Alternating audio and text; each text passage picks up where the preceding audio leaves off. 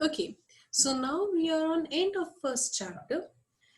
We are going to study about a new kind of reaction which is called as redox reaction. Let's see.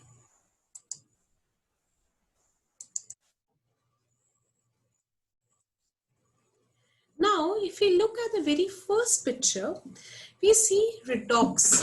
Redox जो है वो दो word से बना हुआ है, रेड और aux.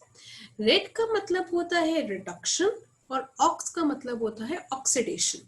So oxidation is that kind of reaction in which oxygen add हो रहा है, एक एडिशन ऑफ ऑक्सीजन है. और वहीं रिडक्शन का मतलब है कि ऑक्सीजन रिमूव हो रही है. अब सब कुछ तो ऑक्सीजन के टर्म्स में नहीं हो सकता. और यही अगर हम बात करें हाइड्रोजन की टर्म्स में, तो एक ऐसा रिएक्शन जहां पर हाइड्रोजन ऐड होती है उसको हम बोलते हैं रिडक्शन, और जहां हाइड्रोजन रिमूव होती है उसको हम बोलते हैं ऑक्सीडेशन रिएक्शन.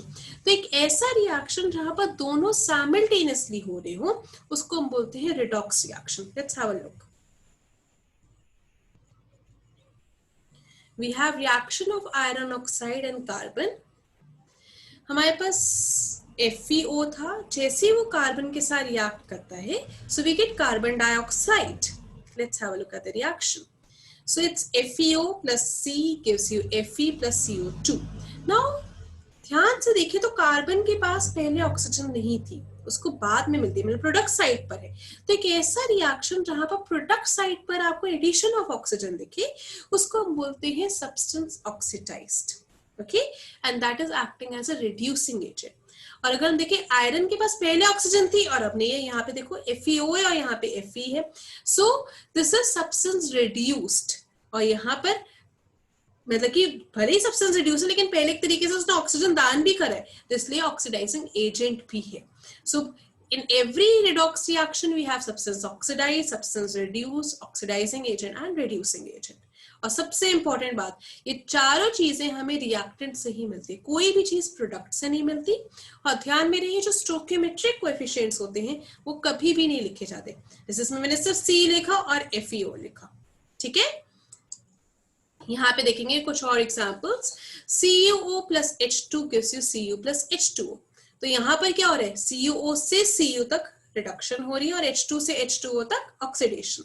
सो यहाँ पर सब्सटेंस ऑक्सीडाइज कौन सा होगा, H2. Substance reduce CuO. Oxidizing agent CuO, reducing agent H2. Next, Fe3O4 plus 4H2 gives you 3Fe plus 4H2O. So substance oxidized क्या आएगा, H2. Substance reduced, Fe3O4. Oxidizing agent Fe3O4. Reducing agent H2. ठीक है, इसके basis पर हम हमेशा ये चारों आंसर्स देते हैं. Now, applications of redox in real life is corrosion and rancidity. So let's have a look at the phenomena of corrosion of iron, which is obviously not a new topic to anyone. ये आपको कुछ iron की picture है जो actual में होता है, but ये रस्टेड आयरन है. ये देखिए, ये आयरन है, जब ऑक्सीजन के साथ जुड़ रहा है तो ये आपके आयरन नेल पे कुछ इस तरीके से रिएक्शन. ये आयरन नेल है, जब पानी गिरा सो कुछ ये रिएक्शन हमें देखने को मिलता है. मेक श्योर कि जब वर्ड हम रस्ट यूज कर रहे हैं so that is specific for iron, मतलब कि corrosion of iron is rusting. Okay, so यहाँ आपके पास आयरन है, ये आपके पास 3 ऑक्सीजन मॉलिक्यूल्स है, ये इसके ऊपर रिएक्ट करते हैं और आपको कुछ ग्रीनिश कलर का दिख रहा होगा. ये इसलिए है क्योंकि हमें नहीं पता कितने वाटर मॉलिक्यूल्स है. So we generally write XH2O. Now corrosion of silver. हमेशा सिर्फ ऑक्सीजन या वाटर रिस्पॉन्सिबल नहीं होता. कुछ गैसेस, जैसे आपके पास ये सिल्वर कलर का एक आर्टिकल है, जैसे ही आपने इसको चेंज होते हुए देख रहे हैं, ये हाइड्रोजन सल्फाइड गैस की वजह से ये रिएक्शन हो रहा है.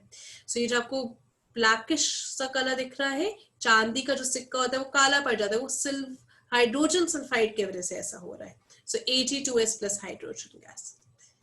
और यही अगर हम देखें कॉपर, आप लोगों ने क्या स्टैच्यू ऑफ लिबर्टी देखा हुआ है, ये ऐसे धीरे धीरे कर करके ये फाइनली ग्रीन कलर तक पहुंचा है. ये पहले ग्रीन में नहीं था, तो ये आया कैसे, it was made up of copper.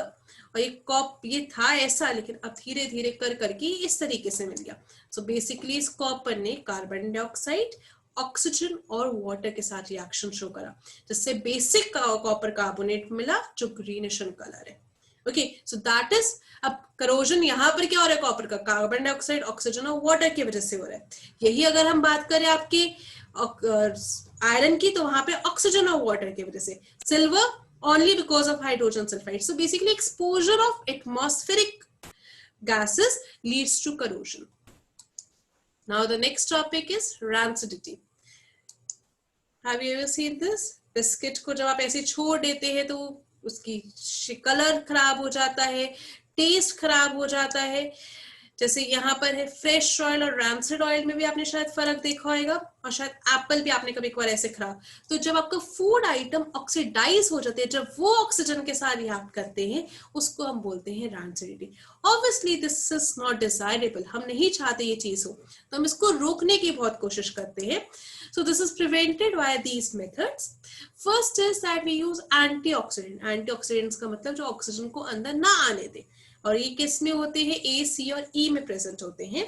Then हम फ्रिज में रख सकते हैं, क्योंकि जब टेम्परेचर कम होता है तो ऑक्सीजन कम मिलती है। We store it in a dark place. Vacuum packing बिल्कुल टाइटली पैक कर देते हैं। हम उसमें इनर्ट गैसेस डालते हैं जो रिएक्ट ना करे, जैसे नाइट्रोजन गैस। आपने लेस के पॉलिथीन बैग, वो चिप्स के पैकेट देखे होंगे, कितने फोलियो होते, निकलते कितने, 2-3 चिप्स। वो क्यों? वो इसलिए क्योंकि इसके अंदर नाइट्रोजन गैस बहुत ज्यादा डाली जाती है। Why nitrogen? Because it is inert in nature, यानी कि वो रिएक्शन नहीं करती है। ठीक है, with this we find up our chapter number 1. Whatever doubts you have, they are most welcome, and we will discuss in the live session. Thank you, everyone.